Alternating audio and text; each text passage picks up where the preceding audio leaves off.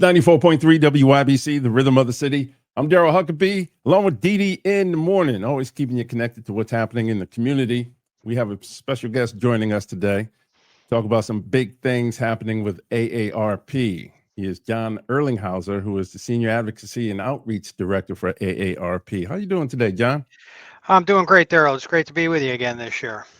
Great to have you. You guys are doing such great things for our community, and we want to just get a feel for what's happening, especially when it comes to Connecticut and the legislative session that is about to end. Tell everybody, why is legislation such a big part of the work that you do? Well, AARP, we have close to 600,000 members in the state of Connecticut. Connecticut's a high cost of living state. Many of our members and the people in Connecticut are moderate to low income folks. And, if somebody's not out there fighting for them, who will?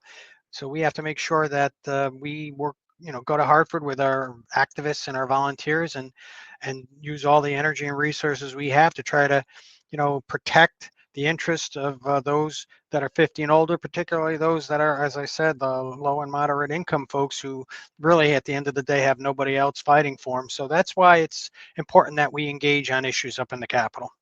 And we definitely appreciate that, because everything that affects our daily lives comes out of that state capitol building. So, like you Yes, said, sir. if you're not fighting for us, if somebody's not fighting for us, then we're in a tough situation. Yeah, we got Uh, a lot of good friends and allies, but you know what? We work with a lot of folks, but again, we got to keep fighting the good fight.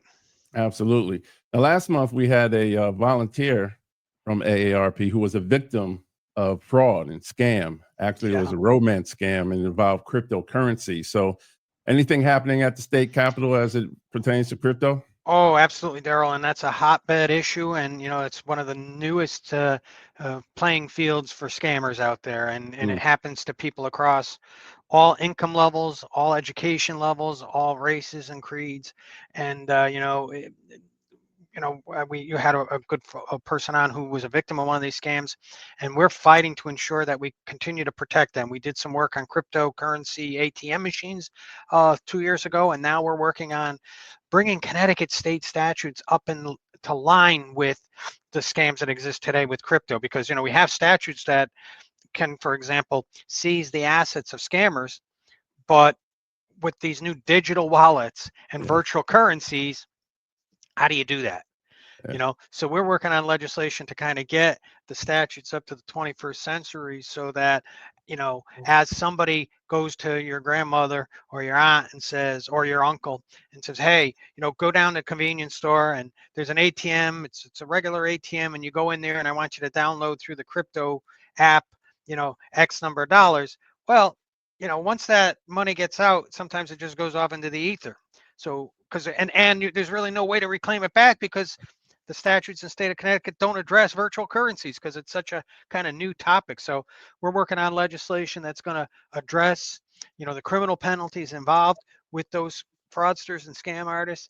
And, that'll set the stage for the future years where we could do more to protect people from being a victim of those scams in the first place. Again, we started with crypto ATM protections. We're going to do this protection about bringing the statutes up into alignment with the existing fraud, and then we're going to move forward in the next couple of years, and we're going to do some more work to help protect people from being a victim in the first place.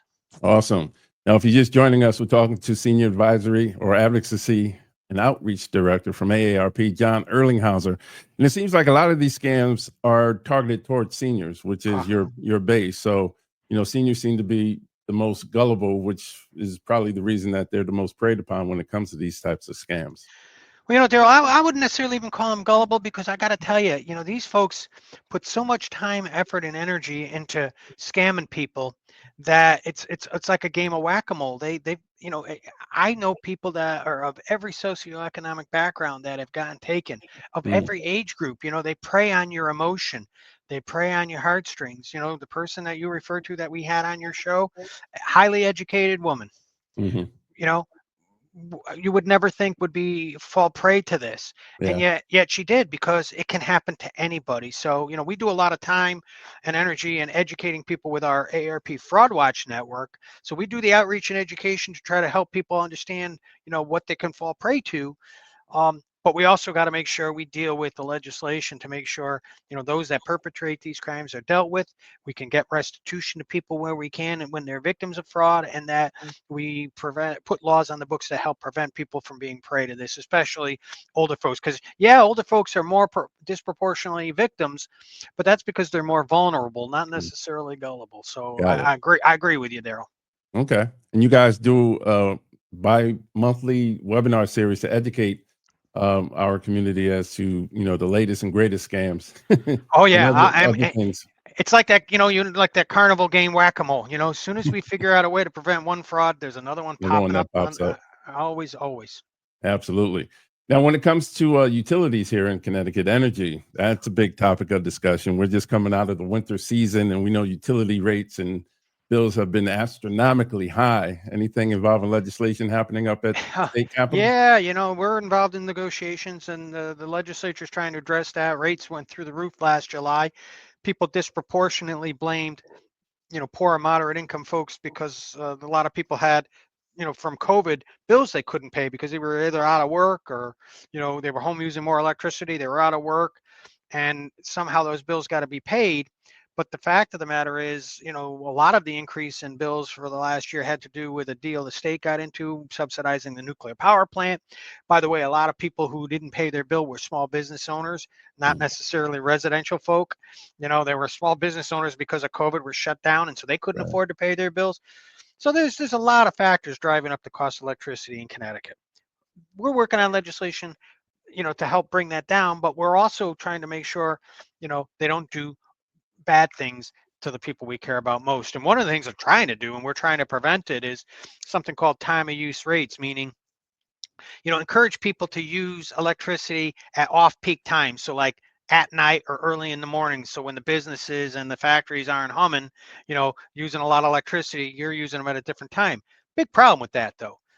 Older folk, disabled, the people that have medical devices that have got to run all day, oxygen, you name it, they can't change their usage. So, a guy like you and me, we go to work during the day, we come home at night, we could do our laundry 8 o'clock at night and take advantage of that. But forcing, somebody who's older or disabled and on a fixed income to try to do that is not right. So we're trying to do the best we can to make sure that doesn't happen.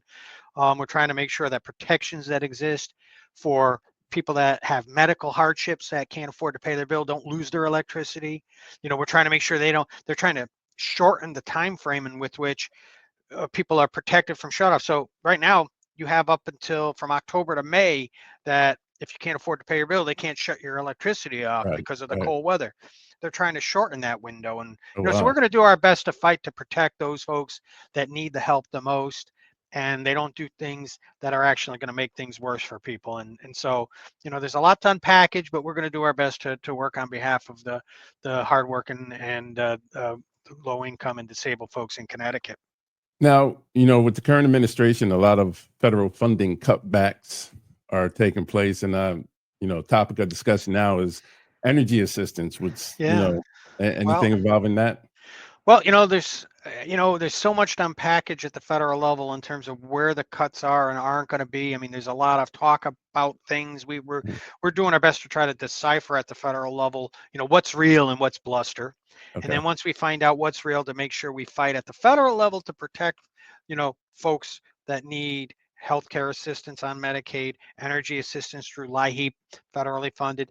And then we're working at the same time on all those areas at the state level to make sure that where we lose support from the federal government, if we do, and we might, that there's support from the state of Connecticut. I mean, the state of Connecticut has built up a large surplus and war chest, a rainy day fund, bigger than anything I've ever seen in my 30 years involved in government in Connecticut.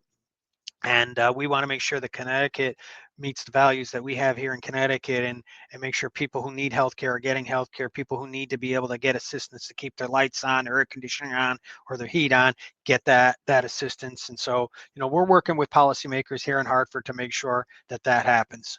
Okay. Anything else going on that we need to know about? Or, I know Well, we talked about. A lot happening on all those fronts. We're trying to ensure that people are protected from predatory lenders Mhm. with all these, you see on TV, all these money lending apps that are out there. And, Yeah. Yeah. people what they don't tell you about those apps is, that's not free money. There's up to a 300% interest rate, APR on some of those things when you figure out all the little fees that add up over the course of a year. People on average download those apps and use them about between 35 and 45 times a year. Wow. So, we don't want to end that service for folks if they need it, but we want to make sure they're not paying over 300% annual interest, APR on interest on those loans. So lots happening, Okay. and we're working with some good people to make sure that we do our best to protect consumers. So I really Okay. appreciate you having me on here, Darryl. Yeah, we're going to continue to have you on to give us some updates as to, what's happening that's affecting our community. And we truly appreciate the work that you do for our community. So thank you so much for joining us today. John Erlingheuser, I'm sorry, AARP Senior Advocacy and Outreach Director.